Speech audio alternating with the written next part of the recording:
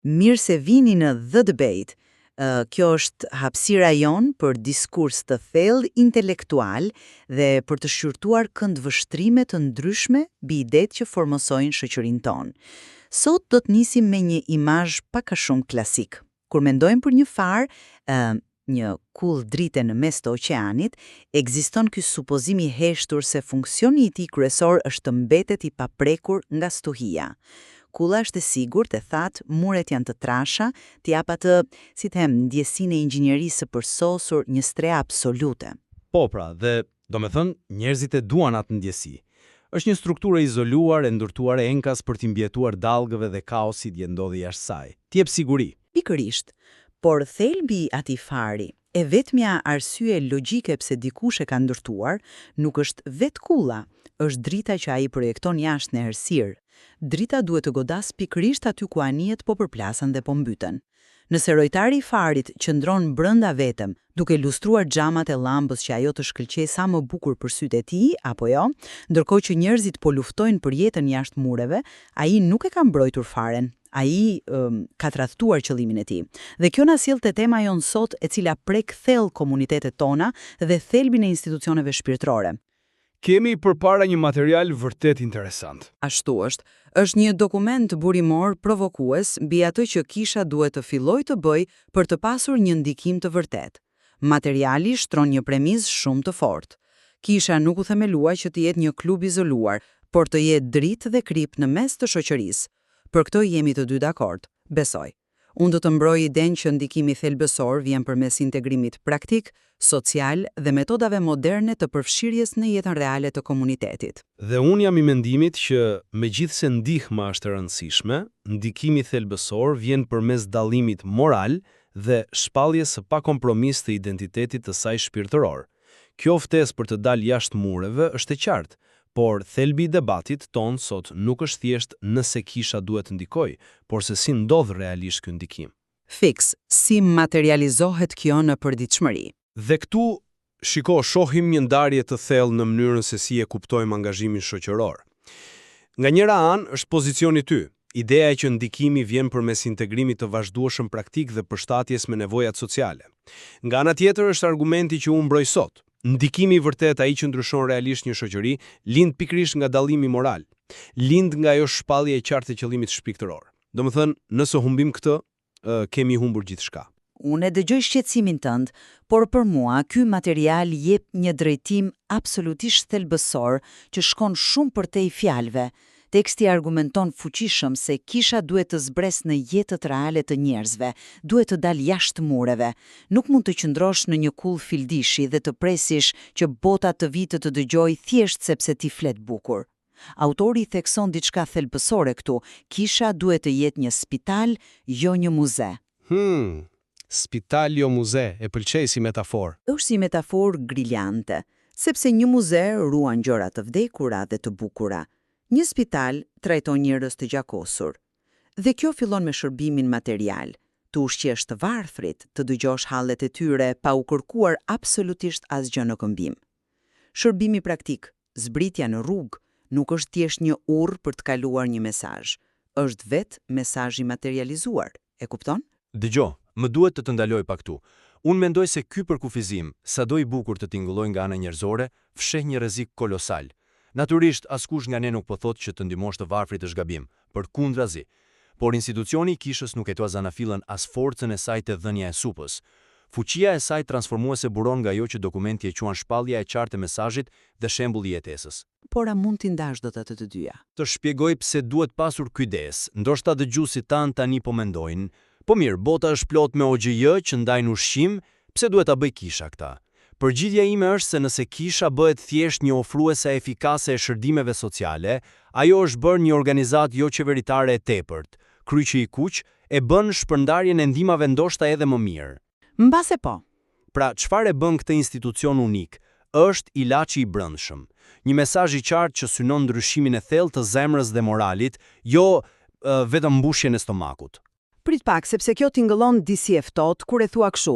Autori thekson në mënyrë shumë specifike që, e citoj, ungjilli nuk është vetëm fjalë, është edhe veprim, dhe kjo më sjell përsërite metafora e spitalit, ose më sakt e dhomës së urgjencës. Imagjinoj një mjek në vijën e parë kur i vjen një pacient që po vdes nga uria ose hipotermia. Çfarë bën mjeku në atë moment? Kuptohet që do ta ndihmoj fizikisht në fillim. Sakt. Por a nxjerr ai një tabelë për t'i mbajtur një leksion mbi rëndësinë e një diete të ekuilibruar dhe vitaminave? Sigurisht që jo. E vetma gjë që ka rëndësi në atë moment krize është stabilizimi i trupit. Ai ofron ushqim, ofron ngrohtësi, kur një familje nuk ka mundësi të paguajë qiran ose fëmijët e tyre nuk kanë këpucë, atyre nuk u bëhet vonë fare për teologjinë tënde. Veprimi praktik nuk është dytësor. Në momente traume apo nevoje ekstreme, veprimi praktik është i vetmi komunikimi i kuptueshëm. Nëse refuzon t'i ofrosh këtë, sepse ke frikë se humbet qëllimin tënd shpirtëror, atëherë jam e dindur se e ke humbur atë qëllim tashmë nga mungesa e dëmshurisë elementare. Shiko, analogjia e mjekut të urgjencës është fantastike për të ilustruar momentin e parë. Po, stabilizimi është jetik. Askush nuk e mohon këtë. Por le ta ndjekim atë mjek edhe për disa orë të tjera. Vazhdo. Çfarë ndodh nëse mjeku i jep pacientit ushqim, i jep ngrohtësi, i fshin plagët sipërfaqësore, por refuzon t'i trajtojë infeksionin e thellë, vdekjepryrës që e solli atë në gjendje në radhë të parë? Ai nuk do ta bënte atë. Po nëse e bën, pacienti ndihet rehat për momentin. Ai madje i është shumë mirënjohës mjekut, por në thelb ai do të vdes. Nëse mjeku vetëm e ushqen dhe refuzon të merret me thelbin e sëmundjes, sepse ndoshta trajtimi është i dhimbshëm ose e vërteta është e pakëndshme për të dëgjuar, ai ka kryer një neglizhencë profesionale kriminale. Ky është shqetësimi im me këtë prirje moderne për të qenë gjithmonë praktik dhe mikpritës me çdo kusht. Do me thënë ti mendon se po e injorojmë problemin e vërtet. Pikërisht. Teksti paralajmëron që ne duhet të jetojmë dhe shpallim mesazhin thelbësor me guxim. Të ndash ushqim, pa pasur guximin të japësh ilaçin e vërtet i cili shpesh kërkon përballje me zgjedhjet e gabuara jetësore të individit, do të thotë të trajtosh përgjithmonë simptomat dhe të ignorosh sëmundjen. Jam plotësisht dakord që ne nuk mund të ndalemi vetëm te simptomat, por pyetja inxhinierike këtu, logjika e procesit është: si arrin ti ta bësh atë pacient të besoj mjaftueshëm sa të lor ta operosh thellë? Dhe këtu materiali na ofron disa zgjidhje shumë inteligjente. Për t'i afruar njerëzit për të kuptuar se cilat janë simptomat e tyre në radhë të parë, ne nuk mund të përdorim metodat e shekullit të 19. Çfarë quhen ti metodat e atij shekulli? Do me thënë të presësh që njerëzit të vinë te ti. Autori përmend bërjen e anketave në komunitet, përmend partneritetet me organizata lokale për projekte të përbashkëta.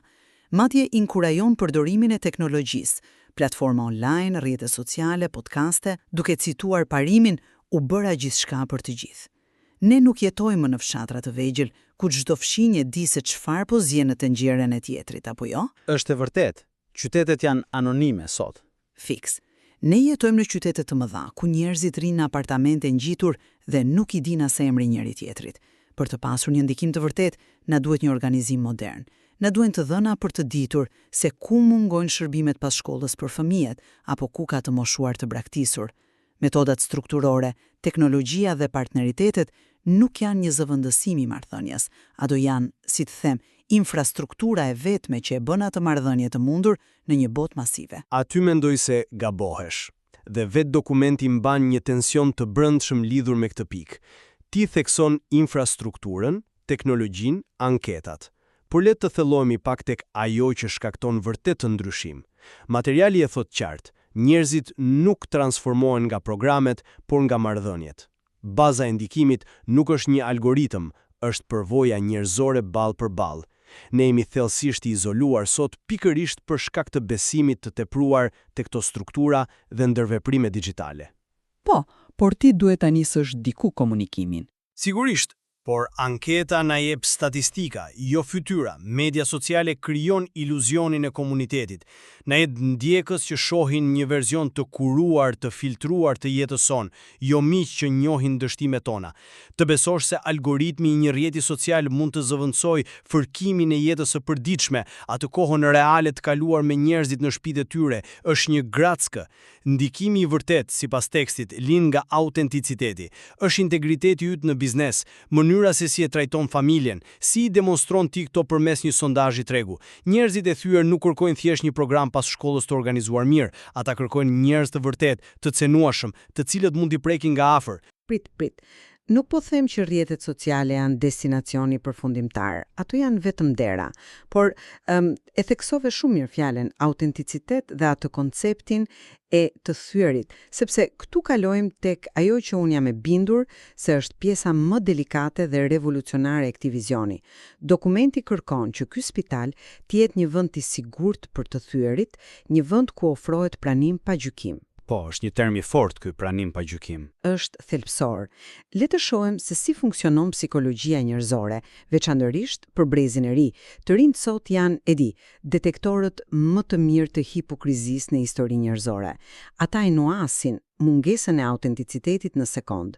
Nëse ata futen në një komunitet, pavarësisht nëse e gjetën atë përmes një rrjeti social apo një miku dhe ndjen qoftë edhe një hije, arrogancë morale apo gjykimi për mënyrën se si vishen, mendojnë apo për gabimet që kanë bërë. Unë jam absolutisht dakord me ndjeshmërinë e këtij brezi. Prit të lutem, ta përfundoj këtë mendim sepse është etike.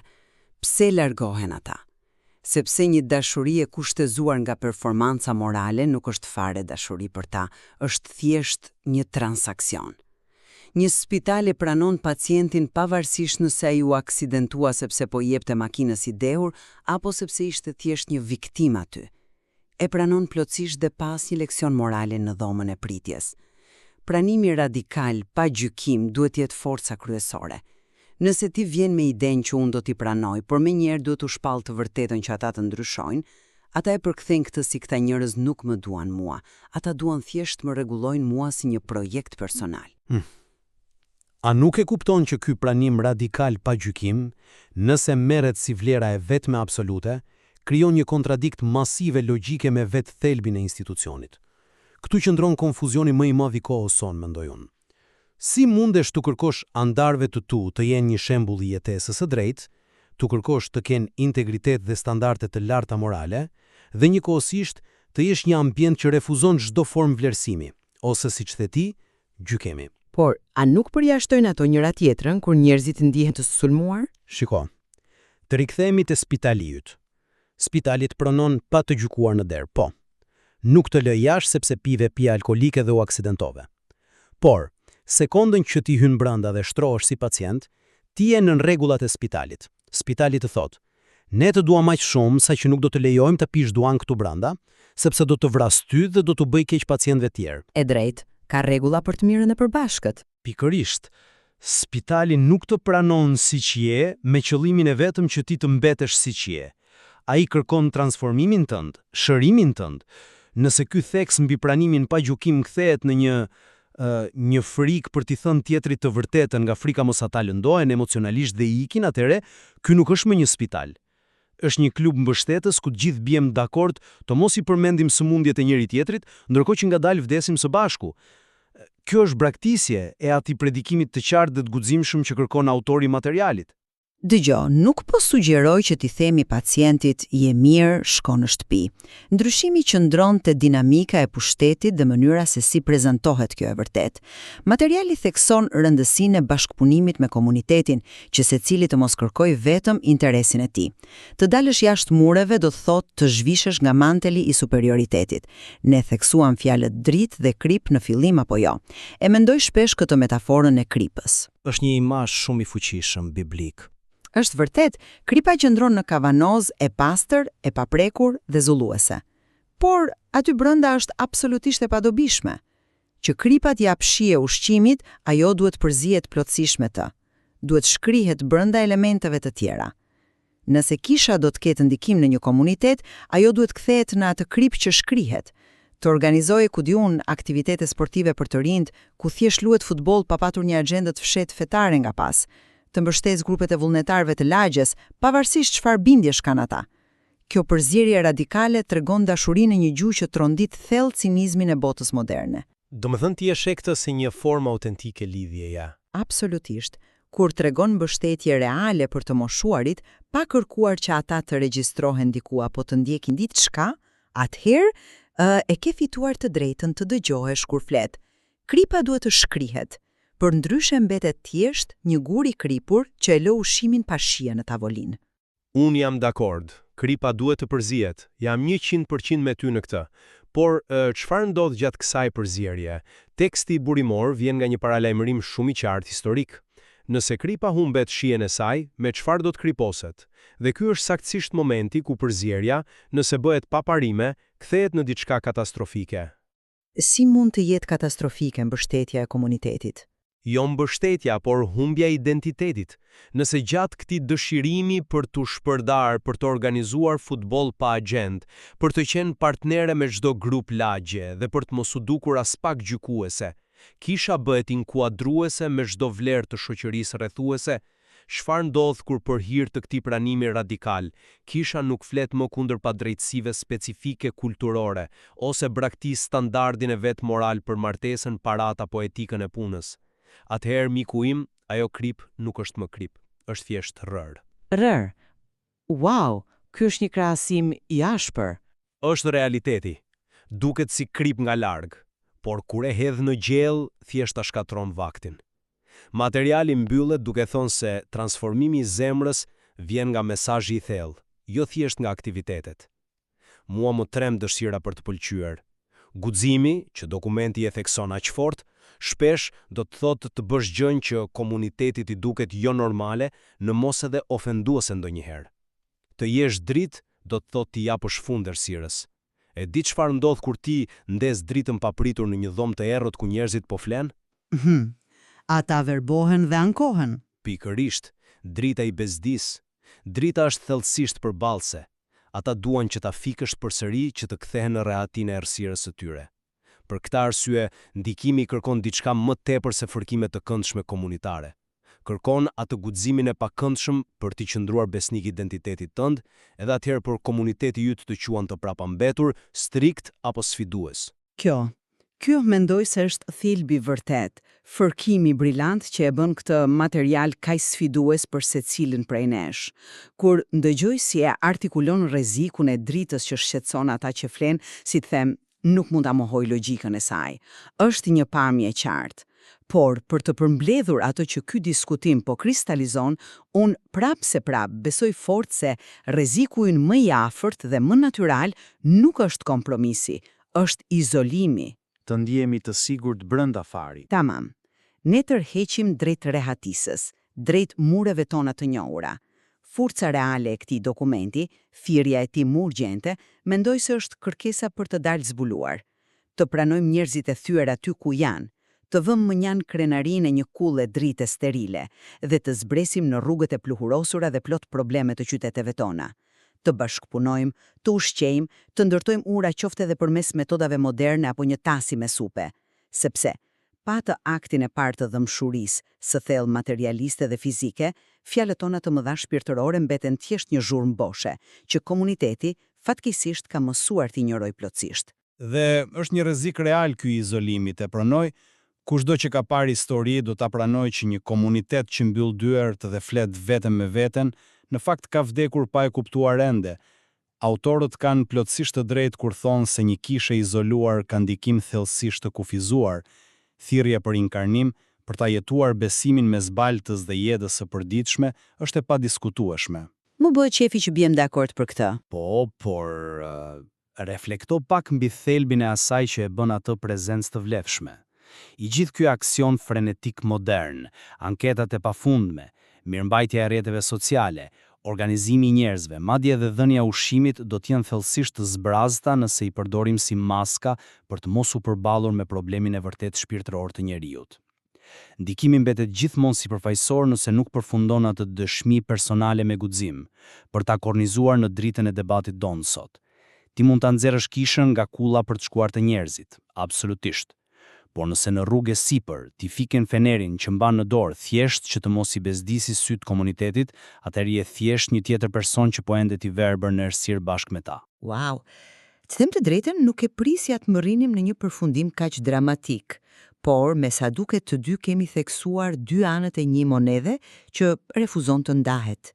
Unë jam me mendimin që kemi frikë nga gjëra të ndryshme. Unë kam frikë nga doktori ftohtë që ofron diagnoza apo nuk interesohet për dhimbje reale, ndërsa ti ke frikë nga doktori dashamirës që jep qetësues por fsheh diagnozën vdekjeprurse. E sakt, dhe të dyja rastet janë fatale për pacientin në fund të ditës. Pikërisht. Sfida dhe thellësia e këtij dokumenti qëndron në atë që nuk të lejon të zgjedhësh rrugën e lehtë ose njërin ose tjetrin. Ai të detyron të pranosh një kompleksitet të lodhshëm, të tërheq të jesh thellësisht e përzier në botën praktike, me rrjetet e saj, varfërinë, traumat e rrugës, edhe në të njëjtën kohë të mbash gjallë një identitet, një moralitet që bie ndesh thellësisht me vetë mekanizmat e asaj bote. Është një fërkim thelbësor, një tension që mbase, si them, as nuk supozohet të zgjidhet kurrë plotësisht. Nëse ndihesh tepër rehat duke ndenjur vetëm me të tut, ke tradhtuar dritën. Nëse ndihesh tepër rehat me kulturën e jashtme, aq sa askush nuk dihet i sfiduar rreth teje, ke humbur kripën. Misioni real, ashtu siç e shtron materiali, është lundrimi i kujdesshëm i këtij paradoksi çdo ditë, me çdo person të ri që kalon atë derë. Dhe ndoshta ky lundrimi kujdesshëm mes erave të forta të modernitetit dhe spirancës së të vërtetave të vjetra është pikërisht vendi ku rritemi ne vet. Ne nuk i shmangemi debatit sepse e dim që asnjë rritje e vërtet intelektuale apo e brendshme nuk ndodh në komoditet.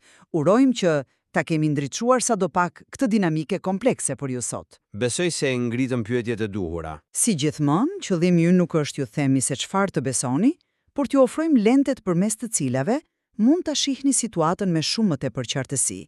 Ne mbyllim të analizë duke ju kaluar topin juve, të nxitur nga pyetja e fuqishme dhe provokuese që vetë autorët e materialit ngrenë në fund, një pyetje që sinqerisht nuk të lë të flesh rehat. Apo ndikon kisha jon realisht komunitetin? Çfarë duhet të